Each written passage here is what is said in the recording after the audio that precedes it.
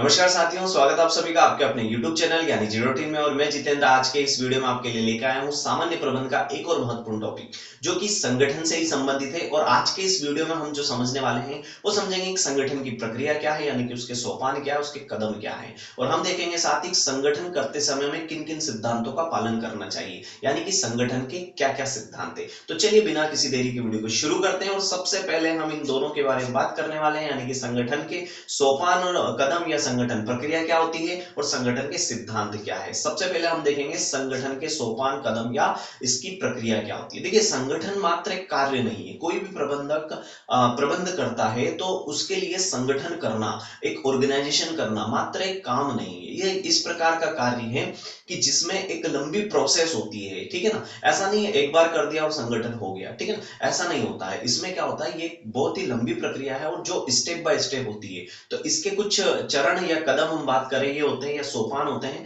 ठीक है ना। अब पहला जिसका चरण जो होता है वो होता है उद्देश्यों का निर्धारण करना। देखिए, अगर आप किसी उपक्रम या संस्था का संगठन करना चाहते हैं तो आपको सबसे पहले उस उपक्रम या संस्था का उद्देश्य या लक्ष्य निर्धारित करना होगा, तब जाके आप क्या कर पाओगे, उसके लिए संगठन कर पाओगे, ठीक है ना। जैसे कि हमें पता है कि संगठन का मतलब होता है लोगों को इकट्ठा करना। अब हम सब संगठित होकर काम करेंगे, किसी एक उद्देश्य प्राप्त लक्ष्य की प्राप्ति के लिए हम मिलके काम करना चाहते हैं, तो वो क्या हो गया, संगठन। लेकिन हम मिल क्यों रहे हैं, इसका एक पर्पस होना जरूरी है। तो इसलिए संगठन का सबसे पहला चरण और महत्वपूर्ण चरण जो माना गया है वो माना गया है उद्देश्यों का निर्धारण करना। अगला आ जाता है कार्यों का वर्गीकरण। देखिए, आपने उद्देश्य तो निर्धारित कर दिए कि हमें इन पर्पस के लिए क्या करना है, साथ में मिलकर काम करना है। लेकिन साथ ही साथ आपको ये भी डिसाइड करना होगा कि कौन कौन से कार्य करने हैं। अब लक्ष्यों को प्राप्त करने के लिए क्या काम करना है, कैसे काम करना है, ये भी हमें निर्धारित होना अत्यंत आवश्यक है। तो इसलिए कार्यों का वर्गीकरण यहाँ पर दूसरी स्टेप मानी जाती है। अगली स्टेप है क्रियाओं का वर्गीकरण। देखिए, जब कार्य निर्धारित हो चुके हैं हमें कौन कौन सा कार्य करना है, क्योंकि हमें लक्ष्य को या उद्देश्यों को प्राप्त करना है, तो इसके बाद हमें ये डिसाइड करना होगा कि ये काम कौन करेगा। इसका मतलब ये है हमें कार्यों की क्या करनी है, ग्रुपिंग करनी है कि कौन सा डिपार्टमेंट कौन सा कार्य करने वाला है, ठीक है। विपणन का काम कौन करेगा, लेखांकन का काम कौन करेगा, उत्पादन का काम कौन करेगा। तो इस प्रकार से हमें क्या करनी है, उसकी ग्रुपिंग करनी है, समूहीकरण करना है, तब जाके हम लक्ष्यों तक आसानी से पहुंच सकते हैं या फिर हमारा संगठन किया हुआ माना जाएगा, ठीक है। हम संगठन कर रहे हैं तो देखिए, हमने जितने व्यक्ति इकट्ठे किए उन सबको अपना अपना कार्य तो सौंपना पड़ेगा, लेकिन ये कब सौंप पाएंगे, जब हम एक ग्रुपिंग कर दें कि भैया इतना काम जो है ये ग्रुप करेगा, इतना काम ये ग्रुप करेगा, ठीक है ना। जैसे कि जो विपणन का काम है कौन करेगा, मार्केटिंग का काम ये फलाना ग्रुप करने वाला है, ठीक है। अकाउंटिंग का काम ये ग्रुप करने वाला है। तो इस प्रकार से जब तक ग्रुपिंग नहीं होती है कार्यों की, तब तक आपका संगठन नहीं माना जाता है। तो संगठन का अगला चरण क्या है, क्रियाओं का समूहीकरण। अगला आता है कर्तव्यों की व्याख्या। देखिए, आपने जिन लोगों को इकट्ठा किया है उनसे आप काम करवाना चाहते हो। अब काम तभी करवा सकते हो जब उनके सामने कर्तव्यों की आप स्पष्ट रूप से व्याख्या कर देंगे, क्योंकि प्रत्येक व्यक्ति को अपने कार्य या अपने कर्तव्यों का बोध होना जरूरी है। क्योंकि जब तक हमें अपने कर्तव्यों का बोध नहीं होता है तो ऐसी दशा में हम कोई भी कार्य ठीक से या मन लगा के नहीं कर पाते। तो संगठन का अगला चरण होता है कर्तव्यों की स्पष्ट व्याख्या होनी चाहिए। अगला आता है यहाँ पर विभिन्न व्यक्तियों को कार्य सौंपना। देखिए, आपने लोगों के लिए कार्य तो निर्धारित कर लिए है, ग्रुपिंग आपने कर दी, कर्तव्यों की व्याख्या भी आपने कर दी है उन लोगों के सामने, लेकिन जब तक हम उन्हें काम नहीं देंगे, हम उन्हें काम सौंपेंगे नहीं कि भैया तेरे को ये काम करना है, तब तक वो कार्य को नहीं कर पाएंगे और हम उद्देश्य को प्राप्त नहीं कर पाएंगे। तो संगठन का अगला जो कदम होता है, अगला जो चरण होता है वो होता है विभिन्न व्यक्तियों में कार्य को सौंपना या फिर कार्य बांट देना, ठीक है, या इसको कार्य विभाजन भी हम कह सकते हैं। अगला आता है उपयुक्त वातावरण का निर्माण करना। अब देखिए, हमने क्या किया, हमने उद्देश्य निर्धारित कर लिए, हमने कार्यों का वर्गीकरण कर लिया, क्रियाओं का समूहीकरण कर लिया, कर्तव्यों की व्याख्या भी कर दी, हमने कार्य भी सौंप दिया। लेकिन जब तक हम उनको एक अच्छा एटमॉस्फेयर नहीं देंगे, जब तक उनको हम अच्छा वातावरण नहीं देंगे, तब तक वो काम को उस तरीके से नहीं कर पाएंगे और हम उनकी कार्य क्षमता या दक्षता का सही इस्तेमाल नहीं कर पाएंगे। तो अगर हम चाहते हैं कि हमने जिन व्यक्तियों से काम करवाने के लिए जिनको हमने इकट्ठा किया है, जिनका हमने संगठन किया है, उन व्यक्तियों से हम काम निकलवाएं और लक्ष्यों को प्राप्त करें, तो इसके लिए हमें क्या करना होगा, उन्हें एक अच्छा वातावरण हमें देना होगा। तो उपयुक्त वातावरण का हमें निर्माण करना है। और ये कार्य भी किसके अंतर्गत आता है, इस संगठन की प्रक्रिया, इसके सोपान या इसके चरण में आता है। अगला चरण आता है हमारा अधिकार प्रत्यायोजन। देखिए, आप किसी व्यक्ति से अगर काम करवाना चाहते हैं तो उसको दायित्व का तो आप बोध करवा देते हैं, लेकिन दायित्व के साथ साथ आपको उसको कुछ अधिकार भी देना होगा, क्योंकि बिना अधिकार के जो व्यक्ति होता है वो ठीक तरीके से कार्य नहीं कर पाता है। ठीक है, आप रिस्पॉन्सिबिलिटी अगर किसी को दे रहे हो तो आप उसको राइट्स भी दीजिएगा। ठीक है, तब जाके आपका संगठन एक अच्छा श्रेष्ठ संगठन माना जाएगा। तो ये जो प्रोसेस है इसकी संगठन करने की, उसमें ये आता है कि आपने व्यक्तियों को कार्य तो सौंप दिया है, उनको एटमॉस्फेयर भी दे दिया है, लेकिन आप उनको लाइबिलिटीज या रिस्पॉन्सिबिलिटी के साथ साथ कुछ राइट्स भी आप दीजिए। तो अधिकारों का प्रत्यायोजन भी इस संगठन की प्रक्रिया का एक चरण माना गया है। अगला चरण आता है और अंतिम चरण आता है आपसी संबंधों का निर्धारण। देखिए, आपने बहुत सारे व्यक्ति को इकट्ठा कर लिया, उनके बीच काम बांट दिया, उनकी ग्रुपिंग आपने कर दी है, उनके राइट्स आपने दे दिए, ठीक है ना, लेकिन आपको ये उनको क्लियर करना होगा कि उनका आपस में क्या संबंध है, यानी कि कौन सा व्यक्ति किस व्यक्ति के अंतर्गत या उसके अंडर में काम करने वाला है, ठीक है, उसके अधीन काम करने वाला है, किसको किसके आदेश का पालन करना है, किसको किसे आदेश देना है। तो जब तक ये अधिकारों संबंधों का जब तक ये स्पष्टीकरण नहीं हो पाएगा, तब तक किसी भी संगठन में उन व्यक्तियों से काम हम नहीं करवा पाएंगे। तो साथियों, ये जो प्रोसेस है संगठन की, इस प्रोसेस के आधार पर अगर हम संगठन करेंगे तो हमारा संगठन बहुत ही अच्छा होने वाला है। चलिए आगे बढ़ते हैं और आगे हम समझते हैं संगठन के क्या क्या प्रिंसिपल है, यानी कि सिद्धांत कौन कौन से। देखिए, हमें पता है कि सिद्धांत क्या होते हैं, तो सिद्धांत हमारे मार्गदर्शक होते हैं। क्या होते हैं? मार्गदर्शक, जो हमें क्या करते हैं, किसी कार्य को करने में हमारा समय समय पे मार्गदर्शन करते हैं। अब जैसे कि हम प्रबंध कर रहे हैं, मैनेजमेंट कर रहे हैं, और मैनेजमेंट में हमें संगठन करना है, तो संगठन हम तभी ठीक से कर पाएंगे जब हम इन कुछ सिद्धांतों का पालन कर पाएंगे, क्योंकि ये सिद्धांत को ध्यान में रख करके अगर हम संगठन करेंगे तो हमारा संगठन काफी श्रेष्ठ संगठन होने वाला है। तो चलिए एक एक करके हम यहाँ पर समझ लेते हैं कि कौन कौन से सिद्धांतों का हमें पालन करना होगा ताकि हम एक श्रेष्ठ संगठन कर पाए। सबसे पहला सिद्धांत होता है उद्देश्यों की एकता का सिद्धांत।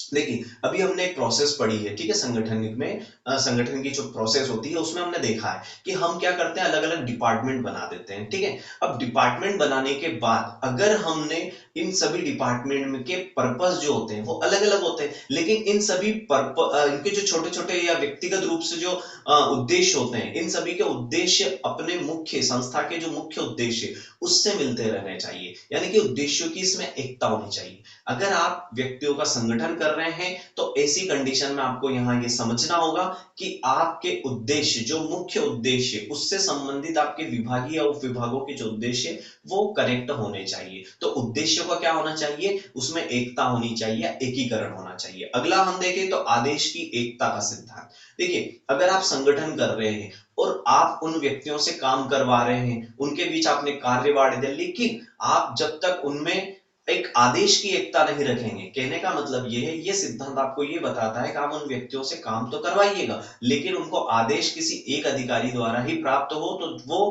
काफी अच्छे से काम कर पाएंगे, क्योंकि तीन चार व्यक्ति अगर उनको आदेश देंगे तो ऐसी कंडीशन में वो कंफ्यूज हो सकते हैं। अगला यहाँ पर सिद्धांत आता है कार्यात्मक परिभाषा का सिद्धांत। देखिए, ये सिद्धांत हमें ये बताता है कि जब भी हम संगठन करें तो हम कार्य, अधिकार और दायित्व का स्पष्ट रूप से परिभाषित कर दें उन सभी व्यक्तियों के बीच जिनसे हम काम करवा रहे हैं। तो कार्यात्मक परिभाषा का सिद्धांत हमें क्या बता रहा है कि हम हमारे अधिकारियों या अधीनस्थों या कर्मचारियों के बीच कार्य, अधिकार और दायित्व, इन तीनों का अच्छे से क्या कर दें, इनकी परिभाषा कर दें, इनकी व्याख्या कर दें, ताकि वो कार्य को भी समझ सके, अधिकारों को समझ सके और अपनी रिस्पॉन्सिबिलिटी को काफी अच्छे से समझ सके। अगला सिद्धांत आता है कार्य विभाजन का सिद्धांत। ये सिद्धांत हमें ये बताता है कि जब भी हम संगठन करें तो हमें कार्यों का क्या कर देना चाहिए, विभाजन कर देना चाहिए। क्यों कर देना चाहिए? क्योंकि एक अकेला व्यक्ति उस कार्य को नहीं कर पाता है, तो हम अगर सभी व्यक्तियों में थोड़ा थोड़ा करके कार्य का विभाजन कर दें उनकी योग्यता के अनुसार, उनकी कार्य क्षमता के अनुसार, तो ऐसी दशा में हम लक्ष्य और उद्देश्यों को बहुत ही आसानी से प्राप्त कर सकते हैं। अगला सिद्धांत आता है नियंत्रण के विस्तार का सिद्धांत। देखिए, हर प्रबंधक या हर व्यक्ति की अपनी एक क्षमता होती है, ठीक है, कंट्रोलिंग करने की भी। यानी कि अगर मान लिया जाए कोई एक व्यक्ति कुछ लोगों पे कंट्रोलिंग या नियंत्रण का कार्य कर रहा है, तो उसकी क्षमता के आधार पर ही वो कर पाएगा। अगर उसे ज्यादा कार्य दे दिया जाए नियंत्रण करने के लिए, तो शायद ही वो नियंत्रण कर पाएगा। तो नियंत्रण का विस्तार होना चाहिए, यानी कि आप किसी एक व्यक्ति द्वारा नियंत्रण ना कराएं, आप अन्य व्यक्तियों का जो आपने ग्रुप बनाया, जो विभाग बनाया, उन विभागों में हर एक विभाग में आपको क्या करना होगा, एक हेड बना देना होगा, ताकि उससे क्या होगा, कंट्रोलिंग का क्या हो सके, विस्तार हो सके, ताकि एक अकेला व्यक्ति उन सभी विभागों पे नजर ना रखे, बल्कि उन सभी विभागों के अलग अलग क्या होंगे, प्रबंधक होंगे। तो ऐसी दशा में क्या होगा कि नियंत्रण का विस्तार होगा। अगला आता है सोपान सिद्धांत। अगला क्या आता है, सोपानिक सिद्धांत। अब देखिए, सोपानिक का मतलब होता है श्रृंखला करना, ठीक है ना, चेन बनाना, स्केल चेन के आधार पर। तो ये सिद्धांत हमें ये बताता है कि जब भी हम संगठन करें, तो हमारी एक चेन होनी चाहिए, एक ऐसी श्रृंखला होनी चाहिए जिससे कि हम हमारे बीच जो कार्यों का या अधिकारों का या दायित्वों का जो आदान प्रदान हो, वो थोड़ा ठीक तरीके से हो सके। अगला आ जाता है इसका अपवाद का सिद्धांत। देखिए, अपवाद का सिद्धांत हमें ये बताता है कि जब भी हम संगठन करें, तो हमने जिन अधिकारियों को, जिन अधीनस्थों को, जिन कर्मचारियों को कार्य सौंपे हैं या जिनसे हम काम करवा रहे हैं, वो किसी जरूरी काम होने पर ही अपने जो उच्च अधिकारी है उनसे संपर्क करें, लेकिन जब जहां तक हो सके वो अपने अंडर में ही उस कार्य को खत्म करें, ठीक है ना। यानी कि अपने जो उच्च अधिकारी है उनसे वार्तालाप तभी करें, उस कार्य से संबंधित अगर कोई परेशानी आती है तो तभी करें जब उसके लिए ज्यादा जरूरी हो, ठीक है। यहाँ तक कि कुछ हद तक उन्हें अपने स्तर पर ही इस कार्य को पूर्ण करना होगा। तो इस प्रकार से अपवाद का सिद्धांत होना चाहिए। ऐसा नहीं हर छोटी छोटी प्रॉब्लम पे आप क्या करते हो, उच्च अधिकारी के पास चले जाता है एक अधीनस्थ अधिकारी, तो ऐसी दशा में वो उच्च अधिकारी भी अपना कार्य नहीं कर पाता है। तो ये अपवाद का सिद्धांत हमें यही बताता है कि हमारे संगठन में कुछ अपवादिक चीजें होना चाहिए, और वो किस तरीके से होना चाहिए कि वो अपने स्तर पर ही उस अपवाद का जो समस्या है उसका समाधान कर सके। अगला आता है लोच का सिद्धांत। देखिए, संगठन करते समय हमें कभी कभी इस लोच के सिद्धांत का भी पालन करना होगा। क्यों? क्योंकि कभी कभी हमें परिस्थिति के आधार पर हमारे संगठन में परिवर्तन करना चाहिए। तो संगठन में लोच का सिद्धांत हमें ये बताता है कि हमारे संगठन में समय अनुसार हमें चेंजेस लाते रहने चाहिए, हमें परिवर्तन लाते रहने चाहिए। अगला आता है हमारा सिद्धांत अधिकार एवं दायित्व का सिद्धांत। देखिए, अगर आप अपने कर्मचारियों से काम करवाना चाहते हैं, तो इसके लिए आपको अपने कर्मचारियों को दायित्व के साथ साथ अधिकार भी सौंपने चाहिए। तो ये सिद्धांत हमें इसी बात के बारे में बताता है कि हम जिन व्यक्तियों से काम करवाना चाहते हैं, उन व्यक्तियों को दायित्व सौंपने या रिस्पॉन्सिबिलिटी सौंपने के साथ साथ हमें उनको कुछ राइट्स भी दे देना चाहिए, ताकि वो अपने कार्य का अच्छे से इस्तेमाल कर सके, या फिर अपने कार्य में निपुणता से या दक्षता के साथ कार्य को पूर्ण कर सके। अगला और अंतिम सिद्धांत आता है संतुलन का सिद्धांत। देखिए, संगठन में अगर बैलेंस नहीं रहेगा, संतुलन नहीं रहेगा, तो इसी दशा में आपका संगठन बिगड़ सकता है। यानी कि कहने का मतलब एक समन्वय बैठना चाहिए। तो संतुलन का सिद्धांत हमें यही दिखाता है, यही सिखाता है कि जब भी हम कोई संगठन करें, तो उसमें आपस में क्या रहे, बैलेंस बना रहे या संतुलन बना रहे, ना कि उच्च अधिकारी और निम्न अधिकारी के बीच कुछ प्रॉब्लम क्रिएट हो जाए, ठीक है ना। तो इस टाइप से चीजें नहीं होनी चाहिए। तो संतुलन का सिद्धांत आपको क्या बताता है कि आप में क्या होना चाहिए, एक समन्वय होना चाहिए, तालमेल होना चाहिए। तो साथियों, ये थे आज के मोस्ट इंपोर्टेंट टॉपिक, जिसमें हमने देखा कि संगठन की क्या प्रक्रिया है और संगठन के क्या सिद्धांत है। आई होप आप लोगों को वीडियो पसंद आया होगा। इसी प्रकार के वीडियो के लिए आप हमारे चैनल को सब्सक्राइब कीजिएगा। हम फिर मिलेंगे, तब तक के लिए थैंक्स एंड कीप वॉचिंग।